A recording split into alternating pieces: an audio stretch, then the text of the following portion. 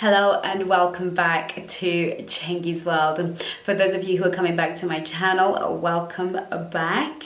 Thank you so much for liking, subscribing, commenting, sharing, and becoming part of this incredible world. I enjoy your comments. I'm like, let me go see what everybody's saying about that video. I'm like a little kid. I love it. So make sure you leave a comment if you feel comfortable to do so. And for those of you who are new to my channel, thank you so much for stopping by. My name is Chengi, and you, my precious one, are my world. So thank you so much. Don't forget to subscribe, like, share, and comment, and become part of this amazing family of angels. Okie dokie. So today we're talking about healing. Healing from relationships, why it is important to heal, and the point of healing. Now, in a dating culture like the one that we have, healing has become even more valuable and more important because there is so much irresponsibility, so much selfishness, and technology has helped us to hide our faces behind, to hide our humanity behind technology. And it's so much easier to be a moron or somebody who is not their best character when we can. You know, a lot of the things in life that deter us from doing foolish things is that we know that if we do it, we might get caught. So maybe we're not going to drive at 100 miles an hour on a 30-mile-an-hour road because we might get caught.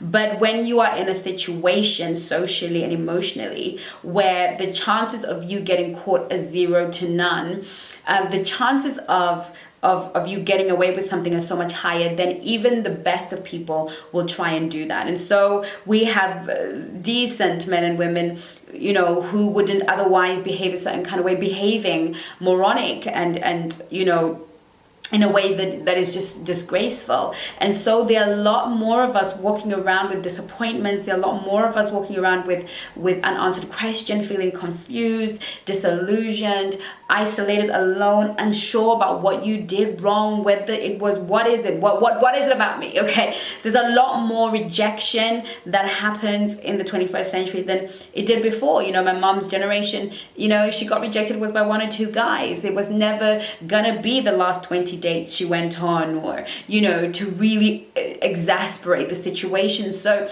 we are experiencing a lot more hurt with the advent of being able for people to be able to hide behind technology in a way that they were not able to do. So healing has become a very important part. It always was in relationships.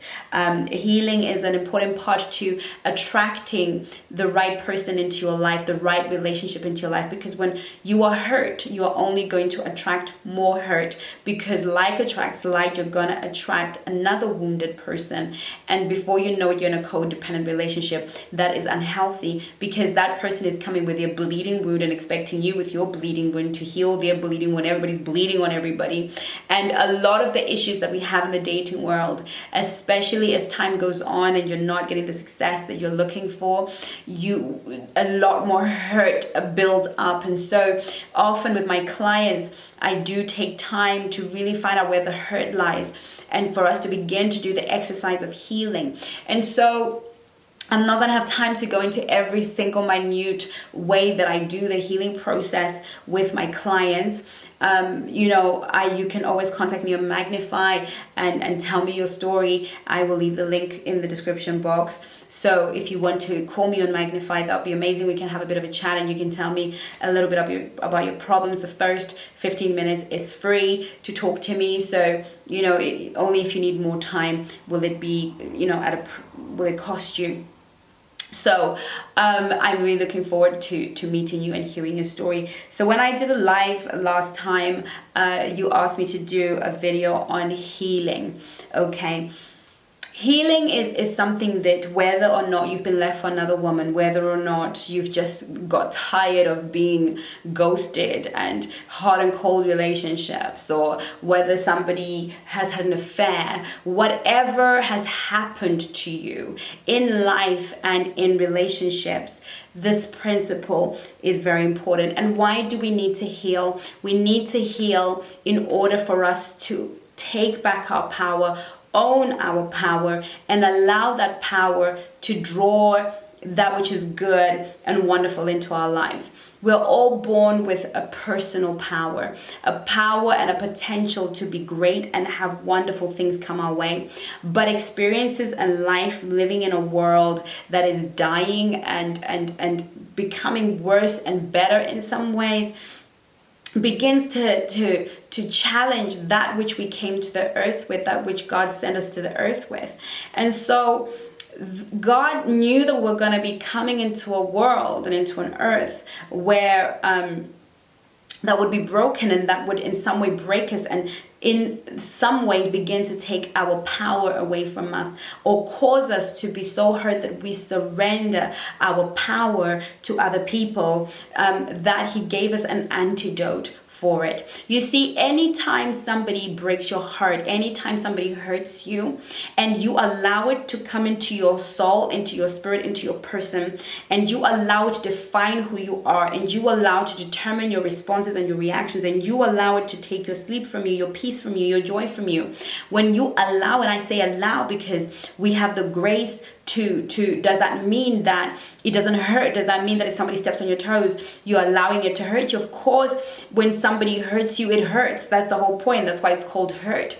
But whether somebody steps on your toes and you decide to punch them in the face and decide that they're not worthy, and begin to rage against the fact that they've stepped on your toes, and whether or not you're able to say, "Oh, you stepped on my toes, that is really, really sore," and whether they say they're sorry or not sorry, continue to shake it off, feel the pain, and go where you're going, because they have nothing to do with your destiny and your journey and where you're going. When you choose to do that, then if you can do that in the natural world, you can do that in the emotional world. So what we do is, when somebody hurts us and we let ourselves rage and get angry, what we're saying is that you now own my peace. You own my joy. If you don't say sorry, if you don't make amends, if you don't show me sorry, if you don't bow down and worship at my feet and grovel until I find it within my heart to forgive you,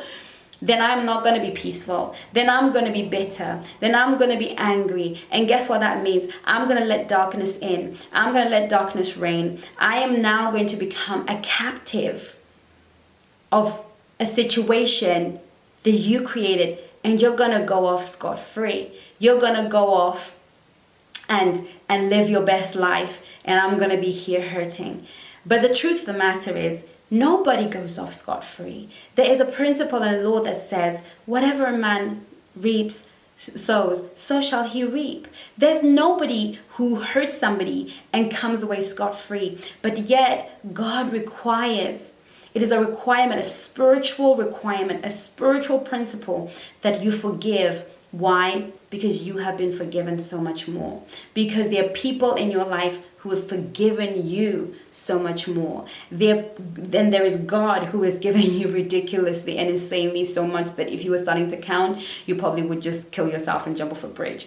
You are a forgiven being, and therefore you have no right to not forgive. So there's a parable in the Bible where a king or a rich ruler, somebody owes the rich ruler some money, and that guy goes to the rich ruler and he says to him, look, I can't afford to pay it, blah blah blah. And the rich ruler's like, okay, you know what, we're gonna write off that debt. You're off to go scot-free. And that man is so happy and excited, and he meets his fellow brother who owed him some money. And instead of him saying, you know what, I've just had my debt cancelled, it's happy days for you, you don't have to pay me back, he beats up the brother, or he's aggressive towards the brother, does the worst possible thing to him. And so when the rich guy hears it, he's like, I forgave you so much more, and you're out here trying to kill this man for far much less. Actually, you're going to become imprisoned for this. And so what happens is that the spiritual principle in that is trying to show us that when you don't forgive, you imprison yourself. When you don't forgive, you activate imprisonment. And some of us are imprisoned in pain. We're imprisoned in shame. We're imprisoned in suffering. And yes, rightfully so, somebody molested you. Somebody beat you like you're a dog when you were a child. Somebody stole from you. Somebody kicked you out in the cold, in the rain with your child. Somebody spat on you. Somebody abused you, beat you, and somebody who you trusted betrayed you. Yes, you have every single right. God is not saying that you haven't got a debt. Remember, this man who ended up in prison, he had a legitimate debt. This had actually happened to him. Nobody's saying that the thing that has happened to you has not happened to you. Nobody's saying that it is not vile. Nobody's saying that the person who did it to you does not deserve to have a gun put to their head and shot. Nobody is saying that the worst possible thing that could happen to that person, they deserve to have it. Nobody is saying that, because it was painful and it was difficult, it was horrible and it was gruesome. And don't even tell me, because I might want to murder them. The point of the matter is, when you refuse to forgive, you think that your unforgiveness and your ability to retain this anger is somehow powerful, but you are in a prison. You don't have power. The person that has power is the one walking around the streets free, because guess what? They maybe were able to forgive somebody at any point. Anyone who has done you wrong, whether they are the worst, most evil person in the world, can turn around, give their heart to Jesus and be forgiven of all of their sins. That is the power and the grace of God's love. And whilst they've given their hearts to Jesus and now living their better life, and you're still carrying the bitterness and you can't move forward and you've surrendered your power, where is your power? I don't care what your religion is. I don't care where you're coming from. I don't care what your thing in life is. The moment you allow yourself to hold somebody captive in your heart, hold their actions captive in your heart, you have surrendered your power and you've put yourself in a prison where you can never come out. It means everything that you do and everything that you touch will always be restrained and restricted. You will struggle in your finance. You will struggle in your relationships. You will struggle to secure a good relationship. You will struggle with everything in your life, because prisoners do not have liberty. Prisoners do not get to do what they want to do. But the only thing that you had to do was to let go. You just had to let that go. And forgiveness is not an emotion. Forgiveness is a choice that is constantly, perpetually reinforced. I say this to you because there will never be a time that you don't have to forgive. There's no such thing as forgiving once and for all. Be in a state of mind and understand that if you're going to walk in healing and be a healed person and be a person that attracts another whole person and can have a healthy relationship, if you're going to be a person that can enjoy love and flourish in love, you must learn to perpetually, consistently have a heart that forgives, because you are constantly being forgiven. And the realms of the spirit honor somebody who forgives. And they open up and the light shines. And that person is constantly in their personal power. That person is constantly in their best self. That person is constantly in their light. When you are in that space and that place of love and light and happiness, when you're constantly in that place of, I am telling you, good things will come your way. You know, I had a client and I walked her through this healing process, and forgiveness is the main dish, is the main component of healing. And I was walking her through this healing process, and she, you know, she was trying and she was working on it, and she was working on it and praying about it and journaling about it. And recently she met somebody amazing that she's so happy in this relationship. And she said to me, Chengi, I just needed to get to the point where I'd forgiven this person. And the moment I forgave them, I met this guy. The moment I truly released them from my heart, I met this guy. And she is in a great relationship right now. She's loving the man that she's met. He's authentic, he's real. Why? She was able to attract him into her life because she cleared up the darkness. She uprooted the darkness and let the light of her power shine through. And so she got what she deserved. She was able to let go of the past and of the pain of exes, of relations, of family, of things that had hurt her deeply. We were able to work through it. It wasn't an overnight process. Nobody's saying you do it overnight, but it's a process that you must begin to forgive, to decide, I'm going to let you go. I'm going to write you a letter. I'm going to speak to you. And even though you haven't asked for forgiveness, I'm never going to send that letter. I'm going to write that letter. I'm going to write down your transgressions. I'm going to tear them up. I'm going to go through a ritual.